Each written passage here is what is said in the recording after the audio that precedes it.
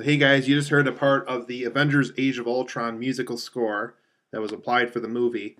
And the reason for that, obviously, is because today I'm going to review Avengers 2 Age of Ultron for you today.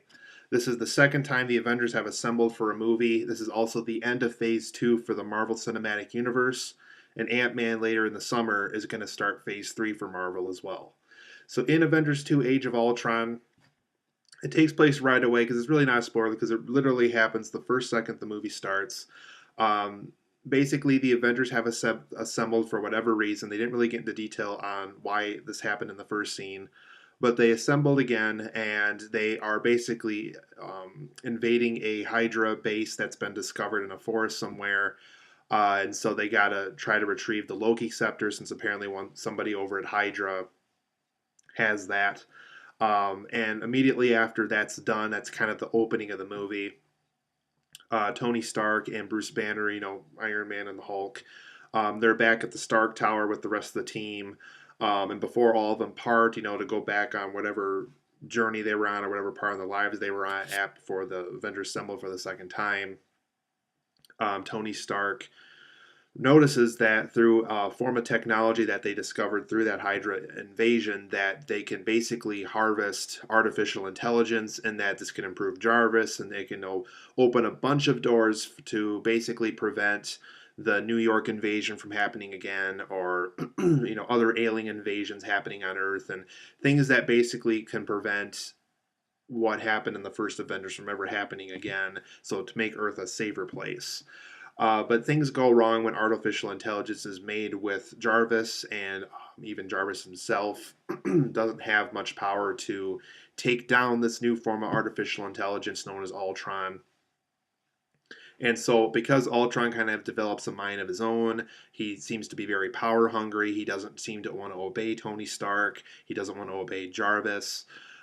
Things get out of control, and the Avengers have to assemble again to stop Ultron and his new army of bots that were originally going to be from Stark Industries to basically make a peace program, but are now used for Ultron's army to take over the Earth. So now the Avengers have to take down Ultron so that artificial intelligence doesn't get too far with the program that Stark and Banner just started up. So I overall really enjoyed Avengers 2 Age of Ultron, you guys. I know the plan of this movie, as far as Josh Whedon's goal was to make it better than the first movie. I don't think it's quite as good as the first Avengers film. I think overall, as a film, I think Avengers 1 just flows a little bit better. I think it's a better story. I thought the way the team was assembled was a little bit more special that time around than this time around. So there's few little small nitpicks I have with this one that don't quite make it as good as Avengers 1, but it's still quite worth seeing. I think it's one of the more notable Phase 2 films. I still think, Captain America 2 is probably the better Phase 2 movie that's come out. But I think it's very good. I think a lot of Marvel fans are going to be very happy with it.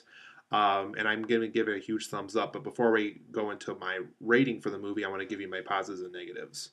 So in Avengers 2, for my positives, I thought the evolution of the Avengers team was very good. I liked how the team they know how to work better as a team now. I like how certain characters have kind of grown up since the first Avengers. Tony Stark is one of them, even though, how Ultron got made is kind of his fault a little bit. But I like how the team has evolved. They've grown up. They are more accepting of each other. There's still little small moments where, maybe Captain America doesn't agree with Tony Stark on this situation or Thor doesn't agree with Bruce Banner, So there's still like small little things that happen every once in a while that make them not quite agree with what's going on. But they've evolved as a team, and I think that's really saying something since the first movie. I like how this film explores the background details of the heroes through the character of Scarlet Witch, and I don't want to give much away because Scarlet Witch is very important in the comics, and from what I'm seeing in this movie, she's going to be very important in later movies as well. But through this character and through her very unique abilities, they were able to explore background details of some of these heroes through these dreamlike scenes that is caused by Scarlet Witch. Like I said, I don't want to get into too much detail on her. But we're able to explore, background details and things that kind of haunt these characters that really haven't been explored yet. And it's just really interesting to get to know these characters more. And I would definitely say Black Widow and Hawkeye definitely got a lot of this in the movie, and I think that really helps since they really didn't get a lot to do in the first Avengers movie. But it's really cool to see not only them, but the main heroes of the Avengers get more background details explored from them. James Spader he does the voice of Ultron in the movie, and I think he did some of the motion capture. I want to say I'm not quite 100% certain on that. But James Spader's voice of Ultron, I love the Ultron performance that he did here.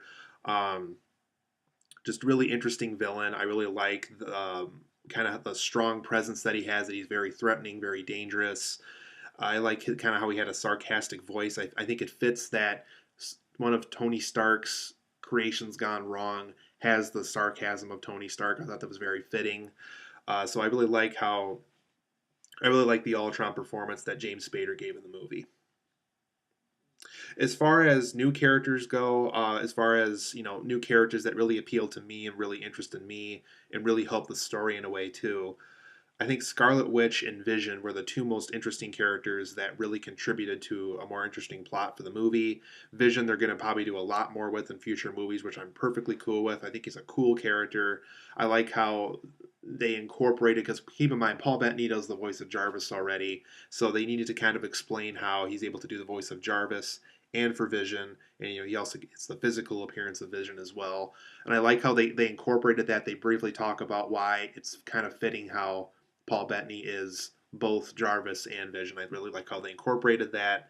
And for Scarlet Witch, not only is her power unique, I think they have a lot of open doors at Marvel now to really do something really interesting with future movies.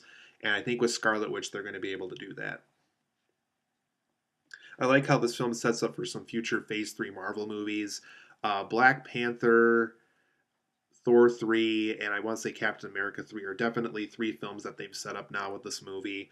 And it's pretty exciting because I think they definitely made those films more appealing already. And, there's no trailers at all for those three movies yet. But through this movie, they were kind of already setting up those movies already to potentially interesting directions. So good job on Marvel for setting up what's probably going to be their Phase 3 movies as well. I like how Josh Whedon's one of the few directors, kind of like J.J. Abrams and Christopher Nolan and all of them. I like how he's really using CGI as a tool here. I think in this film, when CGI is used, because there is quite a bit of it, but I think it's definitely used as a tool in this movie. It's not used as a toy like what Michael Bay seems to do. I think that's really saying something. I really think that's saying something as for Josh Whedon as a director. I think he's well aware of when to use CGI, when not to, and how it can really enhance your movie rather than just having a bunch of pretty things to look at while you're watching it. There's some good action scenes here. I just want to say good, though. I'm not going to say great, just because I really think Avengers 1 had better action scenes. Avengers 2 had definitely had its moments. I really liked a lot of the action scenes they used in the movie. But when it comes to comparing this to Avengers 1, they're not quite as good as Avengers 1. I'll just say that. But they are very good, so I'm definitely keeping that in my positives. I like how this film also explores the dangers of the internet. I like how whatever Ultron knows, the internet knows, and whatever the internet knows, Ultron knows. I think that's very fitting for the character. He's artificial intelligence, so I think it's very fitting how the internet and secret government organization and computer bases are all stuff that he knows. And I think that also sets up for a more interesting and more powerful villain. So I like how the dangers of the internet is kind of the theme behind Ultron. I think that's kind of fitting for the movie that Josh Whedon made here. For my negatives, I think on occasion there's some weak plot details, like how did the Avengers assemble for that first scene that really explained it. Um, Another small plot detail that really didn't make a lot of sense to me is for those who saw Captain America 2, you pretty much already know that Cap's a most wanted man. He's wanted dead by Hydra and all these other dangerous things, but yet he's able to go into the Stark Tower, which is basically open to the public, I want to say, and he has this most wanted status on his head, and he has no problem being out in the public still. And I think it kind of didn't make sense, and to me I kind of felt like they were ignoring films like Captain America 2 and Iron Man 3 and all these other films that kind of have these important character details that Whedon kind of threw to the side just for this movie. And unfortunately it kind of doesn't feel like this belongs in Phase 2 for that reason. But just a small little nitpick I have. There's some physics-free action scenes in the movie, and unfortunately, I don't want to pick on Captain America again, but towards the third act of the film, where things are wrapping up, and there's the finale action scene with Ultron. There's a few little small moments where Captain America is able to jump on 200 feet in the air and so on, and it just doesn't really seem fitting, and it's not really fair to the plot, I don't think. Because we all know that that character really can't jump that far, and there's things like that. It's like that character could never survive that. So there's some physics-free moments towards the end of the film that I felt were a little lazy. So that's one thing that kind of wore down the experience a little bit for me too. I thought Ultron's origin was a little unexplored. They didn't really explain why he's evil. Everything that led up to him being born should have made him a good guy. So I don't know exactly what went wrong during Ultron's birth that made him evil. They didn't really never explain it.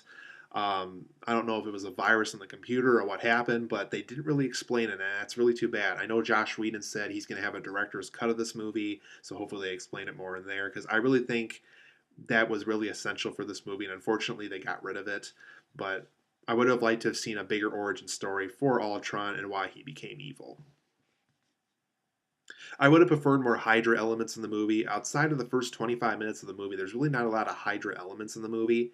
So I would have preferred, all this trouble that they went through for phase two of setting up Hydra, and I would have liked to have seen a bigger payoff for it, but unfortunately we don't really get much of it. And also Scarlet Witch and Quicksilver, who's the other hero I haven't mentioned yet. They're two of the newer heroes in the movie. They have these Russian accents in the movie, and they really don't quite work. And for those who did see last year's Godzilla film, both Aaron Taylor Johnson and Elizabeth Olsen were in that movie, ironically as husband and wife and another brother and sister to make it more awkward. But I felt like their Russian accents were really hokey in the movie, and they just didn't quite work. And for those who have seen these two people perform in other movies before, you'll know that that's not their real voice, and as a result, it just doesn't. It kind of feels like it's dubbed over in a way, and that really didn't work for me. But overall, I'm going to give Avengers 2 a 9 out of 10. I think it's a very good film. It's one of the better films I've probably seen so far in 2015. And for those who like the Marvel films, I think you're going to have a lot of fun with this. I sure had a lot of fun with it. But go into it knowing it's not better than Avengers 1, because like I said, I think Avengers 1 is a better constructed movie, but Avengers 2 is still a lot of fun to be had. I think it wraps up Phase 2 really well, and I can't wait to see what Marvel does with Phase 3. So 9 out of 10 for me. Very good film. If you haven't seen it yet, go be sure to check out Avengers 2 Age of Ultron. It's a good start to the summer, and I will see you guys here for a future movie review.